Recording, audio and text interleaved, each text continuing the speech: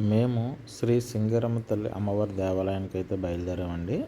జగ్గంపేట నుంచి 10-15 కిలోమీటర్ దూరంలో ఉందన్నమాట.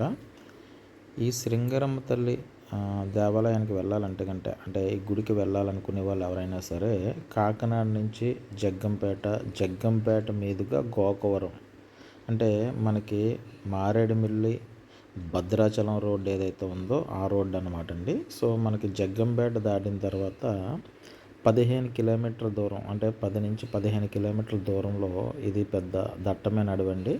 సో మీకు కోతులు కనిపిస్తున్నాయి కదా. సో ఈ గుడి ప్రాంగణానికి గుడి దగ్గరగా కూడా కోతులు ఉంటాయన్నమాట. సో మొత్తం మీద మేము గుడికి దగ్గరికి అయితే వచ్చేసామండి. యాక్చువల్గా అయితే కనుక సండే చాలా బిజీగా ఉంటుంది. మేము రథసప్తమి అంటే ఈరోజే మేము వెళ్ళడం జరిగింది. సో ఖాళీగానే ఉందండి గుడి. ఎందుకంటే కనుక ఈరోజు రథసప్తమి కాబట్టి పెద్దగా ఎవరు దర్శనానికి రాలేదన్నట్టుగా చెప్పారు. సో ప్రజెంట్ అయితే ఖాళీగా ఉంది. కానీ ఏంటంటే కనుక సండే అయితే మాత్రం చాలా బిజీగా ఉంటుందండి. మీకు ఎదురుగుండా ఒక చింత చెట్టు కనిపిస్తుంది కదా, అంటే అమ్మవారికి గుడికి దగ్గరగా ఎక్కువ చింత చెట్లు ఉంటాయండి. అందుకనే దీన్ని సింగరమ్మ చింత అని కూడా అంటారు. అంటే అమ్మవారి గుడికి దగ్గరగా చింత చెట్లు ఉన్నాయి. అంటే మీకు కోతి కనిపిస్తున్నాయి కదా, కోతులు ఎక్కడ పడితే అక్కడండి చాలా ఎక్కువ కోతులు చూడాలనుకునే వాళ్ళు మన చేతిలో ఏదన్నా ఉన్నా కూడా లాక్కోవడానికి దగ్గరకు వచ్చేస్తాయండి. ఎందుకంటే కనుక గుడి దగ్గరగా అంటుపళ్ళు కానీ అంటే కోతులకి వేస్తూ ఉంటారు. కాబట్టి చేతిలో ఏమున్నా కూడా మీదకు వస్తాయన్నమాట. కొంచెం జాగ్రత్తగా చూసుకోవాలి. ఎందుకంటే ఇది కొంచెం దట్టమైన అడవి అండి. సో ఇక్కడ చింత చెట్లు ఫేమస్ అండి. ఎందుకంటే ఈ చెట్ల కింద అంటే ప్రతి ఆదివారం కూడా ఈ గుడి ప్రాంగణం అంతా కూడా చాలా బిజీగా ఉంటుంది. భక్తులు మొక్కులు తీర్చుకోవడానికి అమ్మవారి దగ్గరికి వస్తారండి. సో అందుకనే ఆదివారం చాలా బిజీగా ఉంటుందండి. సో గుడి క్లోజ్ చేస్తుందన్నమాట. మా ఫ్రెండు రామకృష్ణ అని తను నేను కలిపి వచ్చాము. సో గుడి అయితే క్లోజ్ చేస్తుంది. ఇక్కడ అయినా కూడా ఒకసారి గుడి లోపలికి వెళ్ళి అంటే మీకు చూపిందాం అన్న ఉద్దేశంతో లోపలికి వెళ్ళడం జరిగింది. సో గుడి చుట్టూరు కూడా ఒకసారి తిరిగి మీకు చూపిస్తానండి. ఒకసారి చూడండి అమ్మవారు. సో గుడి ఇక్కడ కొబ్బరికాయలు కొట్టు స్థలం ఇది గుడి లోపడే ఉంది. సో పైన మీకు ఆల్రెడీ చూసారా జల్లుల్లాగా అంటే గ్రిల్ ఏర్పాటు చేయడం జరిగింది. ఎందుకంటే కోతులు చాలా ఎక్కువ అండి.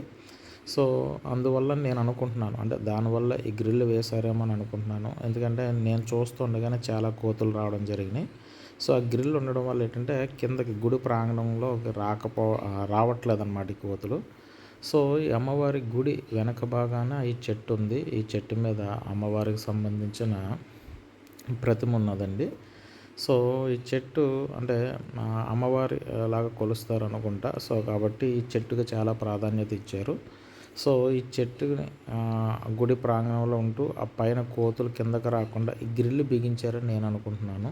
ఎందుకంటే కోతులు చాలా తీవ్ర స్థాయిలో వస్తున్నాయి అన్నమాట ఇక్కడ. సో భక్తులకు అసౌకర్యం కలగకుండా ఉండడం కోసం ఈ గ్రిల్ నిర్మించారని నేను అనుకుంటున్నాను.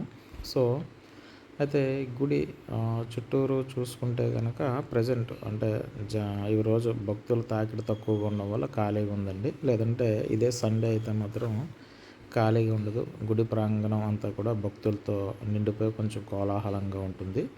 సో మనకి తుని దగ్గరున్న తలుపులమ్మ లోవ చెప్తారు కదండి, తలుపులమ్మ తల్లి అని చెప్పేసి ఆ అమ్మవారి దేవాలయంలాగే సండే పూట కూడా ఇది బిజీగా ఉంటుంది ఈ సింగరమ్మ అమ్మవారి దేవాలయం.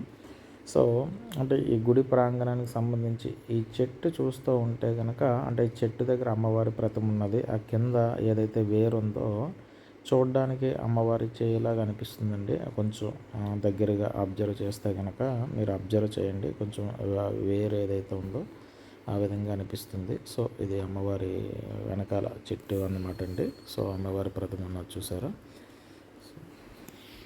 బాగా అబ్జర్వ్ చేయండి, కొంచెం క్లియర్గా కనిపిస్తుంది. అంటే అమ్మవారు అంటే చెట్టుకున్న ఆ వేరు కొంచెం అమ్మవారి చేతిలా కనిపిస్తూ ఉంటుంది. అంటే కొంచెం అబ్జర్వ్ చేస్తేనే సో ఆ విధంగా ఉన్నట్టు అనిపిస్తుందండి. సో అలాగని కాకపోయినా జస్ట్ మీకు అబ్జర్వ్ చేయడానికి వేరు ఆ విధంగా అనిపిస్తుంది. సో అమ్మవారి ప్రతిమ ఉన్నది కదా చెట్టుకి అయితే కనుక. సో శ్రీ సింగరమ్మ తల్లి అమ్మవారి అంటే ఆ చెట్టు అనమాట, వెనకాల గుడి వెనకాల ఉంటుందన్నమాట అండి. సో మీకు ఎవరికన్నా అలా అనిపిస్తే కింద కామెంట్ చేయండి.